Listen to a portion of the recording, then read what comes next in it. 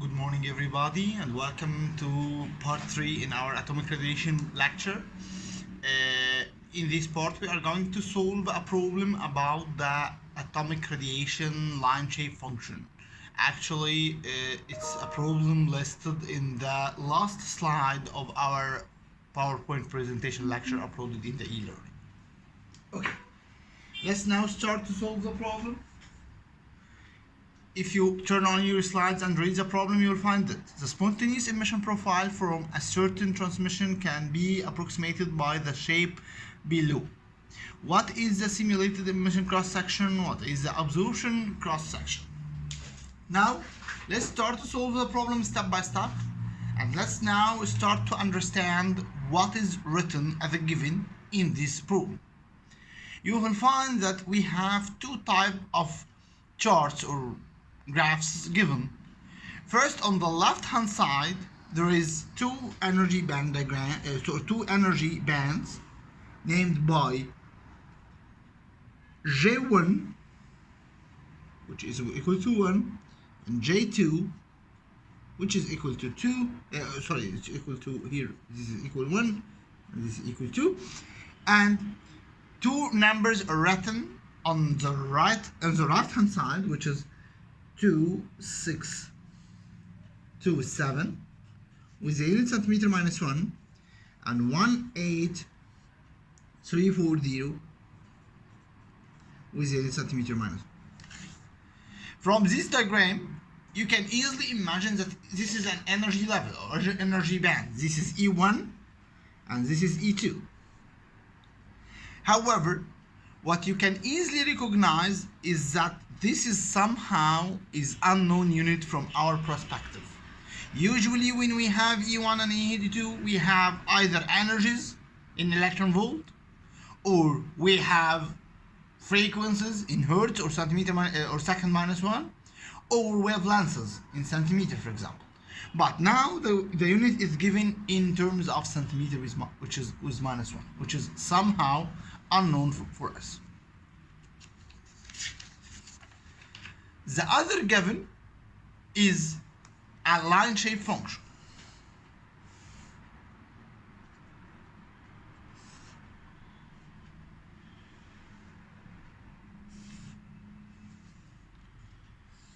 Which is given in this format.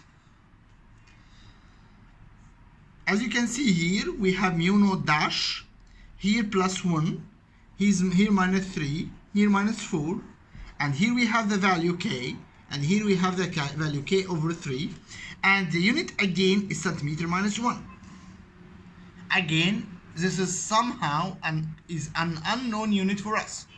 Usually we know that the line shape function, if we return to the line shape function in the lecture, for example, you will find a graph looking like that.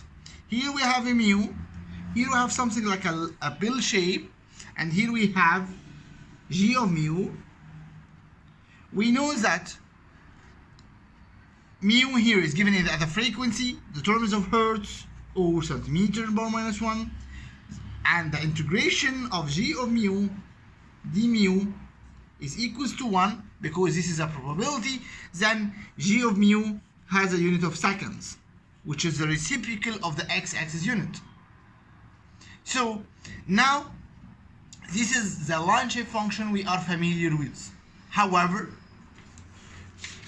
the line shape function given in this example is not the way we are familiar with, because we have an unknown x-axis parameter given by centimeter per minus 1. Let's now try to understand what is the centimeter per minus 1 unit. Usually the line shape function is given in this way: frequency in the x-axis and second in the y-axis. However, and as we mentioned in the lecture, this is not the only way where we have the line shape function. It may be with an lambda or wavelength in the x-axis, and usually you know lambda is given in centimeter, for example, or meter, or whatever it is. So you can replace easily the frequency by lambda, knowing that lambda equal c over mu. So by dividing the x-axis, or by making 1 over the x-axis, which is 1 of mu, and multiplying by c, you can get, or you can turn the x-axis to be in terms of lambda. In this case, you will have g of lambda given by centimeter per minus 1, again the reciprocal unit. Again, there is another solution. Knowing that the energy equals to h times mu, and h is a constant, is Planck constant, that's why you can calculate the energy by only multiplying the x-axis with h, and in this case the x-axis unit will turn to electron volt. And again here the y-axis unit, which for example g of E, will be in electron volt minus 1. So basically you can see the line shape function either with a frequency x-axis, with a wavelength x-axis, or with an energy x-axis. But in this problem we don't see either frequency, nor wavelength, nor energy. What we are seeing is something, is somehow a new parameter, which called the normalized frequency. What do we mean by normalized frequency? Is mu dash, which is a normalized frequency, equals to mu, the normal frequency, multiplied or divided by the speed of the photon, which is generally c over n, where c here is the speed of light and n is the refractive index of the medium. If the medium is an air, if we have an air medium, so n equals 1 for air. N equals 1 for air. So it may be in this format. Let's now try to express the unit of this parameter. Here mu have a unit of 1 over second, and the c have a unit of centimeter per second.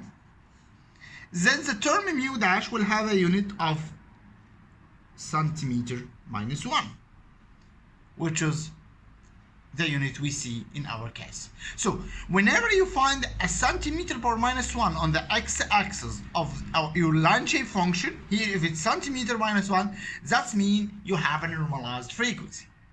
And in this case, what about the y-axis? Again, the y-axis should have all the time the reciprocal unit of the x-axis. So if the y-axis have a centimeter per minus 1, then, if the x-axis have a centimeter per minus 1, then the y-axis will have a unit of g of mu dash of centimeter. So now these are the 4 conditions for a line shape function. Either to be in hertz and the y-axis to be in 1 over hertz or seconds, either to be in wavelength centimeter and the reciprocal will be in centimeter minus 1, either to be in energy electron volt and the reciprocal will be electron volt minus 1, and finally to be in normalized energy centimeter minus 1 and the reciprocal will be centimeter. Now let's turn to our problem again.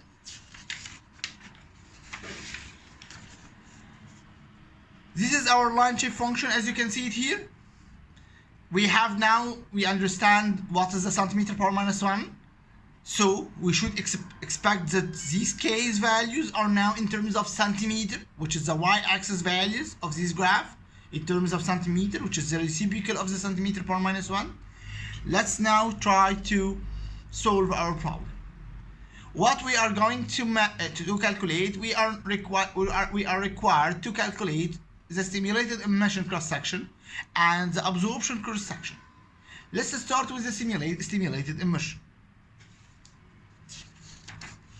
Okay. Sigma stimulated emission, as given in the lecture, is equals to A21, which is the spontaneous coefficient defined by Einstein, times lambda square, the wavelength square, over 8 by n square, where n is the refractive index of the medium, and finally this is multiplied by g of mu. Okay.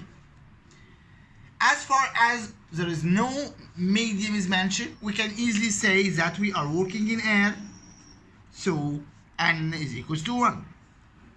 That means you don't have any problem with the denominator of this equation. 8 is a constant, y is a constant, n is equals to 1, so no problem is here. Okay.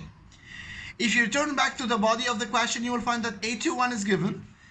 A21 is given by 10 second power minus 1. So A21 is given, no worry about it. Now we have mainly two unknowns, lambda and g of mu. Both can be extracted from the data given in the question. Let's start by lambda. Here, what do we mean by wavelengths? As you know, let's now start with the basic example. When you have two energy levels, E2 and E1, these energy levels, by the way, may be in energy bands as well. So when you have an electron here, and this electron left the energy level number 2 and go to energy level number 1, it emits a photon h mu. So E2 minus E1 equal h times mu, a basic relation, and or it's equal to hc over lambda. So simply the lambda or the wavelength is the wavelength of the emitted photon, which is extracted from the energy difference between the two energy levels or the two energy bands. That's simply the equation. Okay, let's now return to our case. Here we have two energy levels. So simply we are seeking for the difference of energies here. But as you can see here in the problem, the energies is not given, the frequencies is not given, the wavelengths is not given. What is given is something in terms of centimeter per minus 1. So the first step is to transfer this centimeter per minus 1 into some measurable or some conceptual parameter. For example, you know that this is mu over c. We know that this centimeter per minus 1, for example, let's start with the upper energy level, which is 18340 centimeter per minus 1. This equals to a normalized frequency, as we understand. So it's a mu over c. If you would like to calculate from this term the mu, then you should multiply this by c. So simply the mu2, I make it 2 because it's related to the energy level number 2, mu2 equals to 18340 times 3 times 10 power 8. Now this is a frequency. This is a frequency in hertz. The same can be implemented for mu1. Mu1 equals to 2627 times 3 times 10 power 8. And again, now this is a frequency in hertz. Now you have mu1 and mu2. So simply delta mu, or the difference between mu1 and mu2, equals to mu2 minus mu1. And this is equal to c over lambda. Then the needed lambda will be equals to c over delta mu. Simple like that. And now you calculate the needed lambda in this question. Please make sure that when you are using c is in meter per second. However, we are dealing with delta mu's in centimeters. So basically, I have a mistake in this calculation because I either need to transfer the c in order to be in centimeter per second, or I need to transfer this number in order to be in meter. This will not work like that because the unit of this number, the unit of the normalized frequency is centimeter per minus 1, and the unit of the speed is meter per second. So you have to transfer it somehow. For example, the easiest way to transfer it is to transfer the velocity of light to be in centimeter per second. So if you would like to transfer the velocity of light to be in centimeter per second, what you are going to do is that you will multiply by another 10 power 2 and by another 10 power 2. So this 10 power 2 is to transfer the meter into centimeter. So now the velocity of the velocity of light is given in centimeter per second, sorry, not in meter per second. So please make sure about units when you are dealing with this equation. Okay, now we got lambda. If we return back to our main equation expressing the stimulated emission cross section, you will find that now we have A21, now we have lambda square, n is given, or n is constant by 1, and now we have only one unknown, which is the g of mu. We need to calculate g of mu. Basically, g of mu is an output from the line shape function, so we have to return to the line shape function. Your first question may be, okay, g of mu is a function actually, it's not a value. Which value I'm interested in? I have here a series of values at different frequencies, or at different normalized frequencies actually. So which one I'm interested in?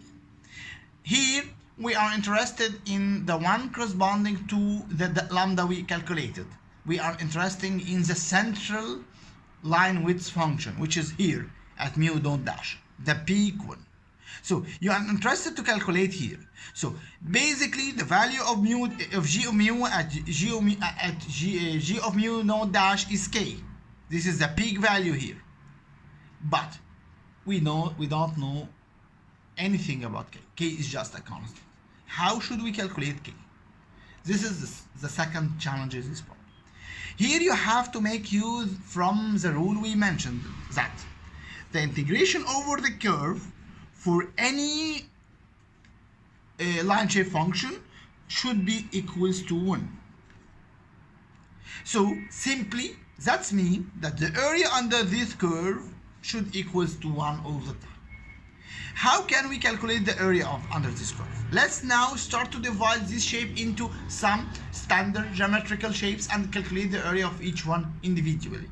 So let's start here with this. This is a right angle triangle.